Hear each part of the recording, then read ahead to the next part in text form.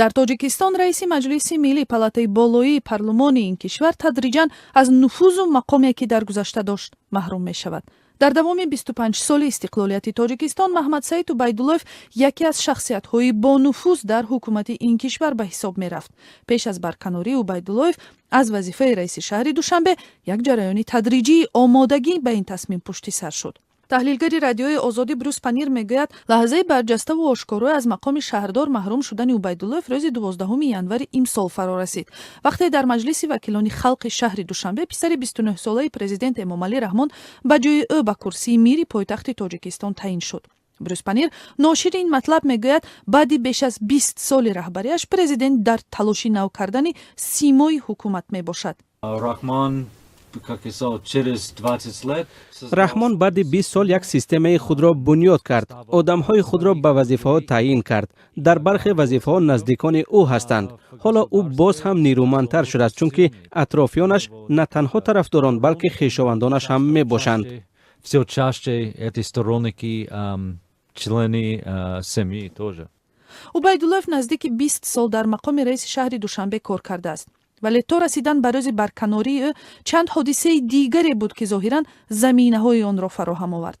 2 сол пеш сардори раёсати сохтмони шаҳрдорӣ Саидшариф Анваров ҳамроҳ бо чанд мақомдори дигар боздошт шуд. Брюс Панир мегӯяд, дар ҳоле ки яке аз дастовардҳои Убайдуллоев дар навсозии симои шаҳри Душанбе гуфта мешуд, баъди боздошти зердастони собиқаш дар заминаи сарфу харҷи ҳадафмандонаи маблағҳои сохтмон шубҳа эҷод шудааст.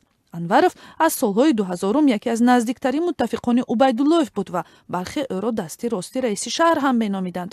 боздошту иттиҳоми ӯ баъди беш аз 10 соли раҳбарияш дар бахши сохтмони шаҳрдорӣ сурат гирифт. 3 моҳ баъди барканории Убайдуллоев дар моҳи апрел додгоҳ Анваровро ба ҳангоми бунёди маҷмаи тандурустии Истиқлол дар фасодкорӣ айбдор ва ба муҳлати 18 сол зиндонӣ кард. додгоҳ Анваровро муваззаф кард ки дар ҳаҷми 9 миллион сомонӣ ҷубронпулӣ пардохт кунад, вале Анваров ягона муттафиқи Убайдуллоев набуд ки кораш ба додгоҳ рафт. нафари масъули дигар Фазлиддин Маҳмудов аст. ин раҳбари ширкати сохтмонии Тоҷик Калхоз Сохтмон ва муовинаш Фирӯз Раҳмонов ҳамчунин бо иттиҳоми изофанависӣ ва ҳам пешниҳоди пора мутаносибан ба 18 ва 5 соли зиндон маҳкум шуданд. мақомот гуфтанд ки Раҳмонов ба ҳангоми аз номи Анваров пешниҳод кардани пора дар ҳаҷми $450,000 аз ҷониби ходимони оҷонсии зидди коррупсия боздошт гардид. ин ҳам дар ҳолест ки даромади солонаи як сокини Тоҷикистон ба ҳисоби миёна аз $3,000 бештар нест. Маҳмудов ҳам мисли Анваров бояд 9 миллион сомони маблағро ба фоидаи давлат пардохт кунад. дар миёни дигар муттафиқони Убайдуллоев ки ҳамчунин ба ҷавобгарӣ кашида шуданд, раҳбарони чанд ширкати сохтмонӣ мебошанд.